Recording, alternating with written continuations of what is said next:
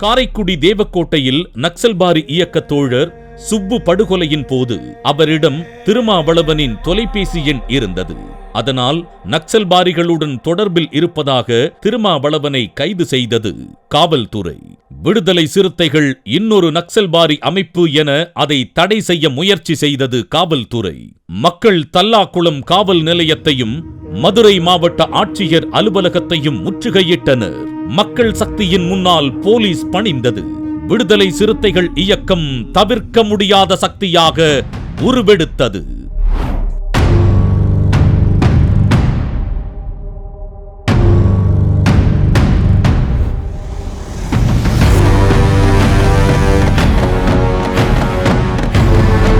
ஆண்டாண்டு காலமாக ஒடுக்கப்பட்ட மக்களுக்கு விடுதலை சிறுத்தைகளின் தலைவர் எழுச்சி தமிழரின் முழக்கமான அடங்கமறு, அத்துமீறு, திமிரு எழு, திருப்பி அடி என்ற முழக்கம் விடுதலைக்கான குரலாய் ஒலித்தது.